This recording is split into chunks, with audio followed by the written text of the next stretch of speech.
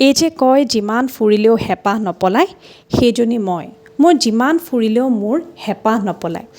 আৰু কালি যিহেতু ছানডে আছিলে, মই ভাইটি মা গ'লোঁ কন্যাকা ৰিজৰ্ট। আৰু যিসকলে প্ৰাকৃতিক পৰিৱেশ ভাল পায় বা গছ গছনিৰ মাজত সময় কটাই ভাল পায়, তেওঁলোকে এই ৰিজৰ্টখনত গৈ পেলাই খুব ভাল পাব। আৰু এই যে ৰাস্তাসমূহ দেখিছে, এই ৰাস্তাসমূহেদিয়ে যাব লাগে কন্যাকা ৰিজৰ্টলৈ।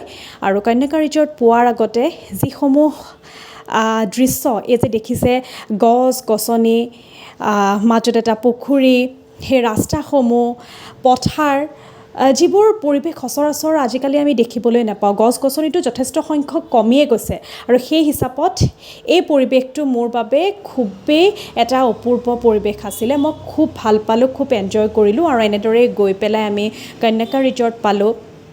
আৰু কন্যাকা ৰিজৰ্টতো খুব ভাল লাগিলে।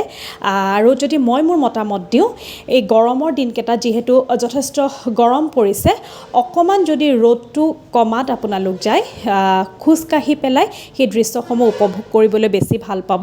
যিহেতু ৰ'দৰ বাবে বেছি খোজকাঢ়িলে আমাৰ গৰমো লাগে বা ভাগৰ লাগে, গতিকে আপোনালোকে যদি অলপ ৰ'দ কমাত যায়, তেতিয়া গৈও ভাল পাব বা জেগাসমূহ চায়ো ভাল পাব। মুঠৰ ওপৰত সকলোতে এই ৰিজৰ্টখনৰ ভিতৰত এটা গ্ৰীনেৰী পৰিৱেশ পাব। ফাৰ্ম আছে, তাতে গৰুৰ আছে, গাহৰিৰ আছে, আৰু ল'ৰা ছোৱালীয়ে খেলিব পৰাকৈ এখন সৰু উদ্যান আছে। মুঠৰ ওপৰত মোৰ ভাল লাগিলে। কাৰ পাৰ্কিঙৰো যথেষ্ট স্পেচ আছে। আৰু আমি তাতে যিহেতু সৰু সৰু ৰেষ্টুৰেণ্ট আছে, ভোক লাগিছিলে, আমি তাতে আহাৰ গ্ৰহণ কৰিছিলোঁ। আৰু সেয়া যদি কওঁ, তাৰ যদি যিখিনি আমি খানা খাইছিলোঁ তাৰ ৰিভিউ যদি মই কওঁ, মই খুব এটাও ভাল নাপালোঁ, কিন্তু মোটামুটি খুব ভালো নহয়, খুব বেয়াও নহয়, তাৰ মাজত।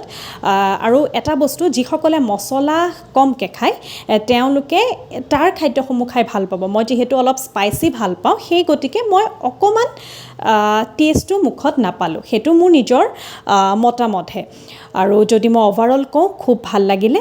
আৰু তেনেকৈ কালি ছানডে দিনটো খুব সুন্দৰকৈ অতিবাহিত কৰিলোঁ। আৰু এয়া যে এতিয়া দেখিব আপোনালোকে মোৰ ভিডিঅ'টোৰ শেষত, আমি যেতিয়া কন্যাকা ৰিজৰ্টৰ পৰা ঘৰলৈ উভতিছোঁ, সেই উভতাৰ সময়ত যি গৰুবোৰ ঘৰলৈ লৈ গৈ আছে গৃহস্থই, সেই দৃশ্যটো মোৰ খুবেই ভাল লাগিলে। সেয়েহে মই এই দৃশ্যটো ভিডিঅ' আকাৰেৰে মোৰ গেলেৰীত আবদ্ধ কৰি ৰাখিলোঁ। আৰু সেনেদৰেই কালি দিনটো আমি উদযাপন কৰিলোঁ।